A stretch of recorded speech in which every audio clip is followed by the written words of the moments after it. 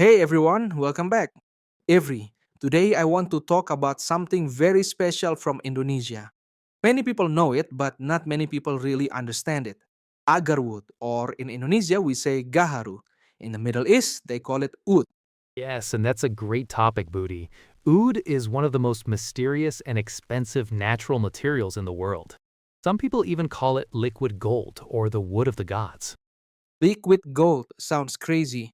Why is it so special? I mean, it's just wood, right?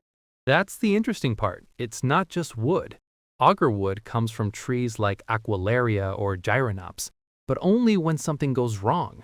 When the tree gets injured, attacked by insects, or infected by fungus, it produces a dark resin to protect itself. Wait, how do you say the tree name? Aqualaria?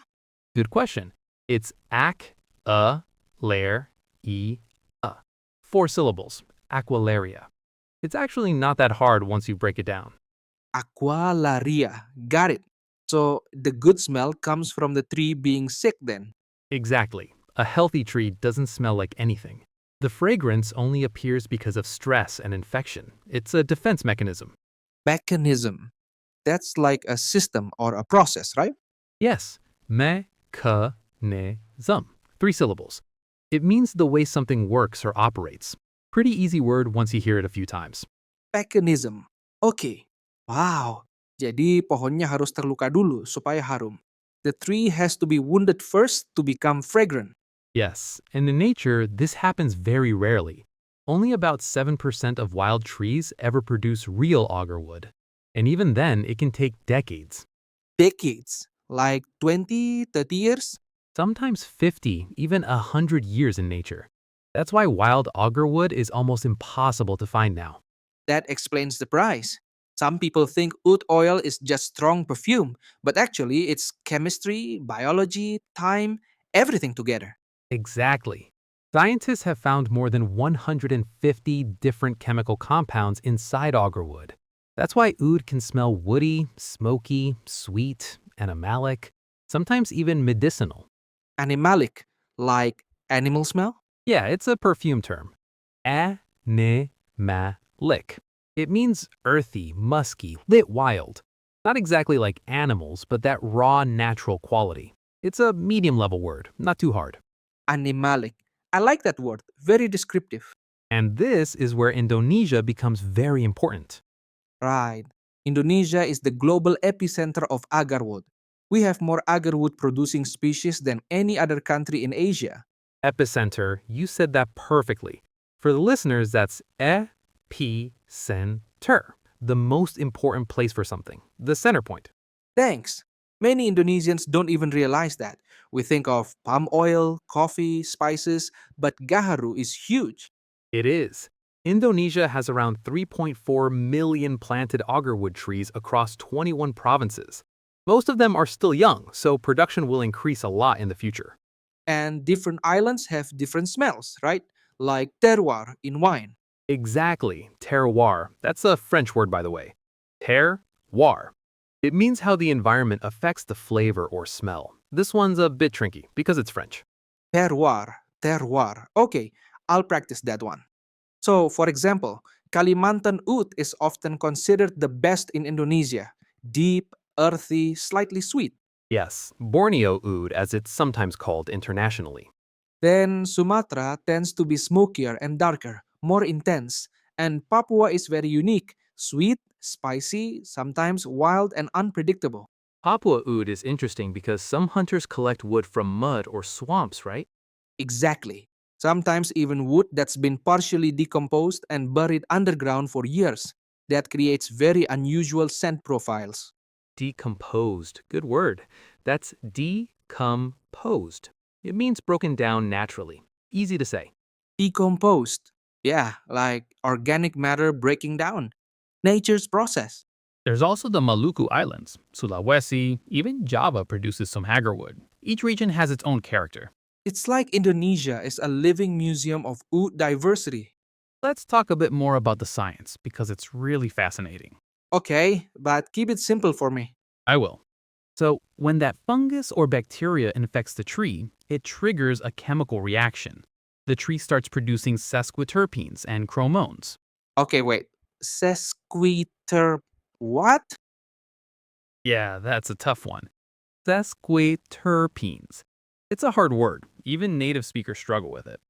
These are aromatic molecules that give oud its complex smell. Sesquiterpenes. That's definitely advanced level of vocabulary.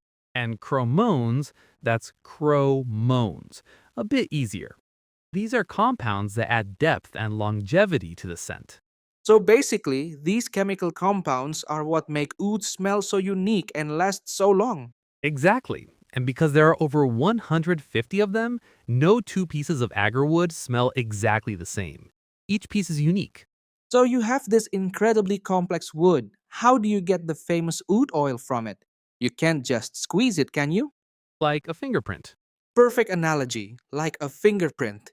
Now let's talk about money, because when people hear the price, they think we're joking. The global agarwood market was worth around $41 billion in 2024, and it's expected to grow significantly in the next 5 to 10 years. Significantly, that means by a large amount, right? Yes, significantly.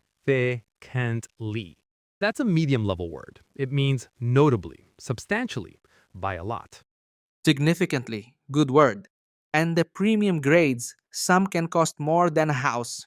Way more than a house. The highest grades, like Cara or Kinam, can reach $700,000 to $1 million per kilogram. Wait, how do you pronounce that? Kai Ara? Close. It's Kiara. It's a Japanese term for the absolute best agarwood. Some people also say Kinam, which is Kinam. These are pretty challenging words because they're from other languages. Kiara. Kinam. $1 million per kilo. That's insane. And that's why the market has a huge problem with fake oud. Yeah. Some wood is artificially scented with synthetic oils. Some is low grade wood sold as high grade. It's a big issue. Traditionally, grading is done by human senses color, smell, texture, and whether the wood sinks in water. Kalau tenggelam, berarti resinnya tinggi. If it sinks, that means the resin content is high. We call it the sink test. Exactly. But now, some producers use AI and deep learning to analyze samples more objectively. Objectively, that means fairly, without bias. Perfect. Objectively. Based on facts, not personal feelings. Medium difficulty word. Objectively. So the technology helps farmers not get cheated.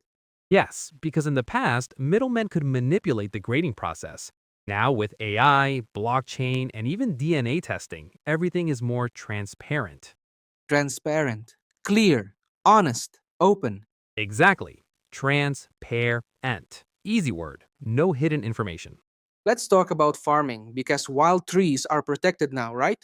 Yes, since the 1990s, agarwood species like Aquilaria malacensis are protected under CITES. CITES, that's spelled CITES. Yes, it's an acronym. CITES. It stands for the Convention on International Trade in Endangered Species. It's like a global protection system for rare plants and animals. CITES, got it. So you need special permits to export wild agarwood. Correct. That's why most commercial oud now comes from plantations. Farmers use a process called inoculation. Inoculation, that sounds medical. Good instinct. Inoculation. It's a hard word, 4 syllables. It means injecting something to trigger a response. In medicine, it's vaccines. In agarwood farming, it's injecting fungi or bacteria. Inoculation. So they deliberately wound the tree and inject biological agents to trigger resin production? Exactly. This way, agarwood can be harvested in 18 to 24 months instead of decades or centuries. Still not instant, but much better for sustainability. Sustainability. Great word. Sustainability. Medium hard level. It means doing something in a way that can continue long term without damaging the environment. Sustainability. Very important concept for Indonesia's forest. Absolutely. The future is about traceability, proving that the wood is plantation grown, legal, and ethically sourced. Traceability. Being able to trace where something comes from. Perfect. Traceability. From origin to market, You can track the entire journey. Medium difficulty. One thing I really love about oud is that it's not just business, it's cultural, spiritual, deeply personal. Absolutely. Oud has been used for thousands of years. Ancient Egyptians used it in burial rituals. It appears in Hindu texts, in the Bible, and very prominently in Islamic traditions. In Islam, oud is often called the scent of paradise. I remember my grandmother burning it during Ramadan when I was a kid. That's a beautiful memory. What was that like? We'd all gather for iftar, breaking the fast, and she'd light this small piece of oud. The smoke would fill the room. It wasn't just the smell, it was like a feeling peaceful, sacred. That's exactly what oud does. It creates atmosphere. It's burnt during Ramadan, Eid, weddings, special occasions. It's associated with purity, hospitality, and spirituality. Even in the mosque, especially on Fridays, you can smell it. Some mosques use oud incense, some use oud oil. It creates this calm, peaceful atmosphere for prayer. And that's not just tradition.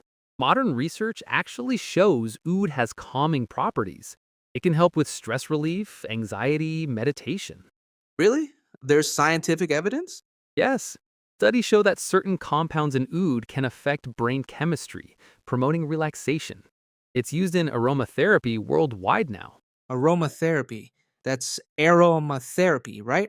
Perfect pronunciation. Easy to medium difficulty. It means using natural scents for healing or wellness. So oud connects nature, culture, faith, science, and economics all in one piece of wood? That's why it's so special. It's not just a commodity, it's a bridge between worlds. Before we close, let's talk about where oud is going. What's the future?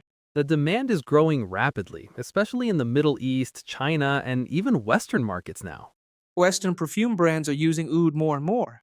Yes, Tom Ford, Dior, Gucci, all the luxury brands have oud fragrances now.